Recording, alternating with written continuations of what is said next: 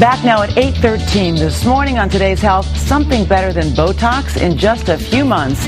The FDA is expected to approve the first competitor to Botox. It is called Relaxin, and it promises to add a new wrinkle to the beauty brattle.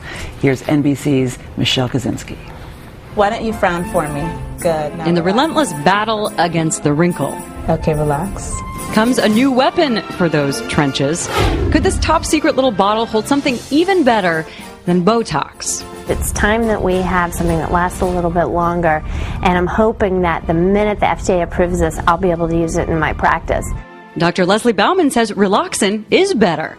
She led the clinical trials on hundreds of patients and says it kicks in faster, about 2 days versus 7 with Botox, and lasts longer, about 5 months. The doctor was very surprised, actually. She's like, wow.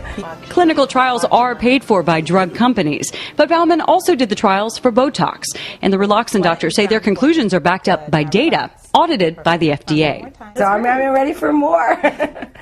Sharon Jo Nachman volunteered her face for the clinical trial. She said she could see the difference between her results and those of her friends who used Botox. My treatment lasted a lot longer. And doctors expect Relaxin to cost less. It's made from the same substance as Botox and has been used for years in Europe and South America under the name Dysport. For 3 years, University of Miami researchers kept this stuff under lock and key during their trials. They can't even show us what the label looks like. But the FDA will decide what kind of claims the company can actually make and whether Relaxin can say that it lasts longer or acts faster than its #1 rival, Botox. Competition makes things better. Something many patients have been waiting for, too, since the price of Botox has been going up. Last year, sales were more than $1 billion. Allergan, the maker of Botox, says they're well-suited to compete with Relaxin in the United States, as we've done so for the last 18 years in other markets. Adding a little warning, physicians should not assume that they can use another product such as Relaxin and get the same precise and predictable results with the same safety profile as they do with Botox. Well, American housewives should be able to make that decision for themselves very, very soon.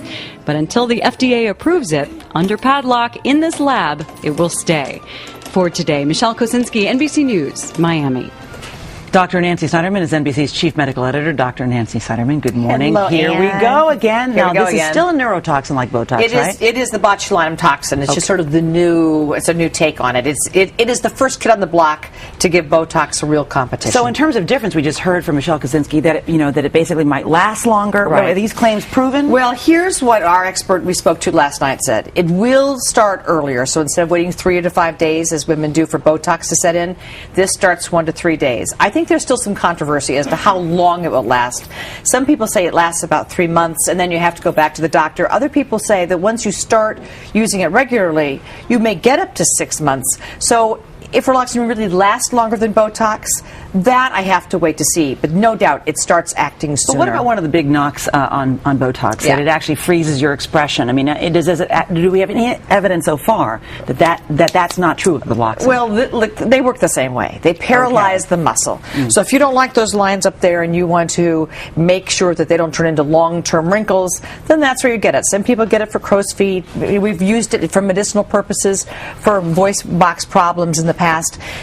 It all works the same way. But the most important thing to remember is it's temporary. It will wear off. It doesn't paralyze anything forever. And boy, is this stuff safe. It really has been run through the ringer. It's been around for 25 years. It's just that some of us weren't smart enough to see how big a deal it was going to be for cosmetic stuff, because we've been using it for mainstream medicine for almost 3 decades now. Okay, but will it be cheaper? Do we have any idea? No, that's it. I think you're going to see a marketing battle. I think this is going to come in cheaper. They're going to try to sort of swamp doctors' offices. And right now, Botox costs $350 to $500. Watch for a price war. I bet that's what they're going to say. So this is terrific. This is good news. I think it's good competition. Okay, well, absolutely. That's good news. Some good news this morning. It's going to be a price war for the women who want this stuff. All right. Okay. Thank you so much, Nancy.